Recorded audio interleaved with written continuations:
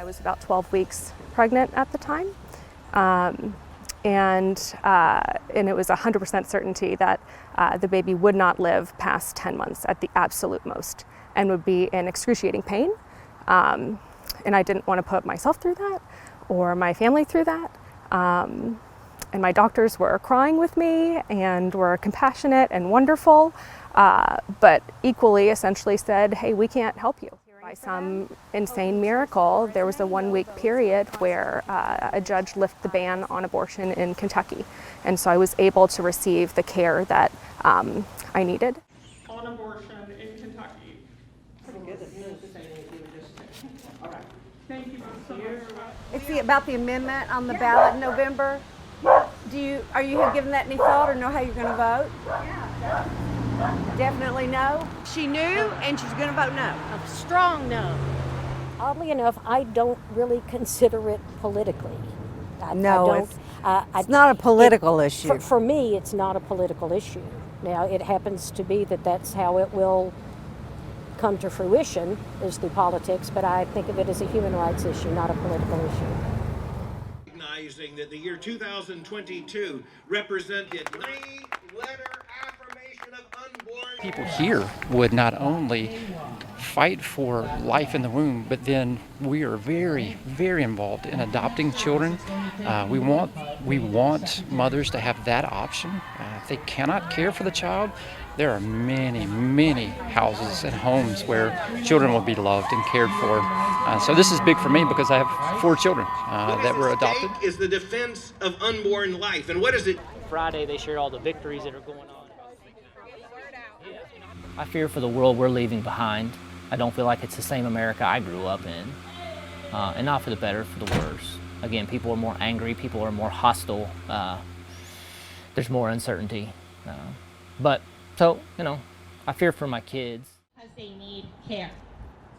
And it is so important for folks to recognize. What we've seen in other states where they've banned abortion is, just to remind everyone here, Brian Fitzpatrick.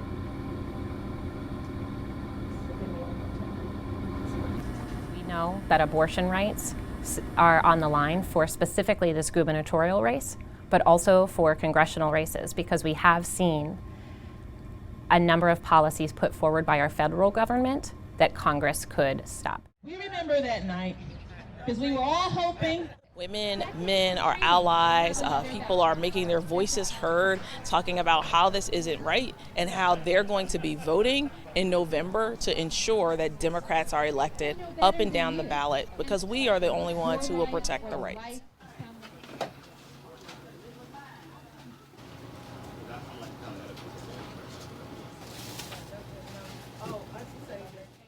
Right now, at the end, the most important issue is the economy.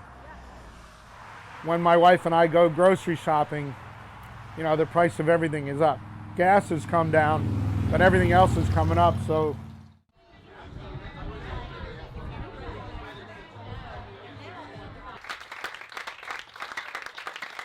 The Supreme Court interprets it in such a way that actually.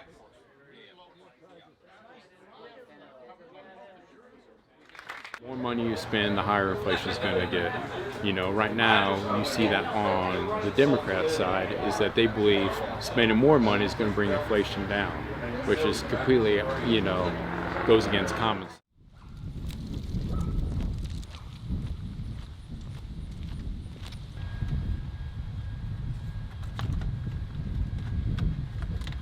You have these people that are like trying to decide between the economy or women's rights, which is just baffling to me.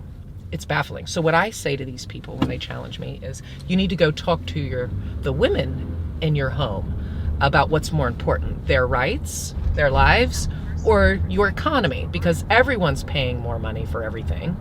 And inflation's just a code word for corporate greed, which is a code word for wage theft over the last 30 years.